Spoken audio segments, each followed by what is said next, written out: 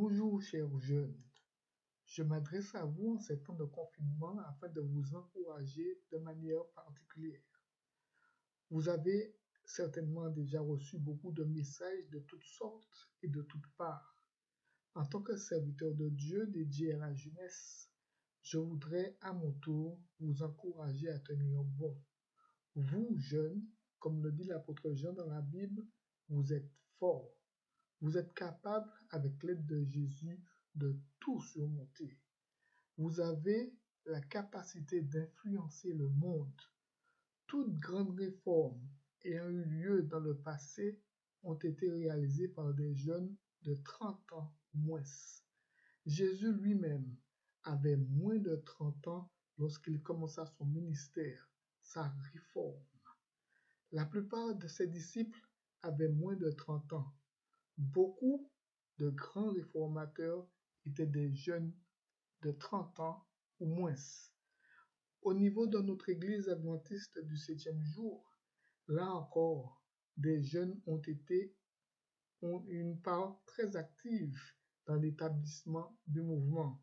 On peut citer Ellen White, James White, John Andrews, etc.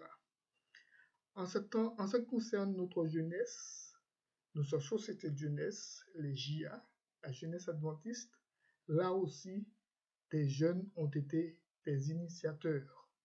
Oui, deux jeunes de 14 et 17 ans, Harry Fenner, 17 ans, et Luther Warren, 14 ans. Ils ont initié ce mouvement depuis 1879 dans la ville d'Hazleton, dans l'État du Michigan, aux USA. Depuis, ce mouvement a beaucoup grandi et évolué. Donc, vous aussi, chers jeunes, vous avez la possibilité, avec les nouvelles technologies, avec l'aide de Jésus, d'accomplir de grandes choses. Non pour vous glorifier, mais essentiellement pour faire avancer l'œuvre de Dieu sur la terre. Les gouvernements ne savent que faire. Mettez donc vos capacités, vos dons, vos talents au service de Dieu et de la population. L'amour de Jésus vous motivera et vous serez récompensés. Bon courage à vous, chers jeunes. Christ vient. Soyons prêts, disons-le. Que Dieu vous bénisse.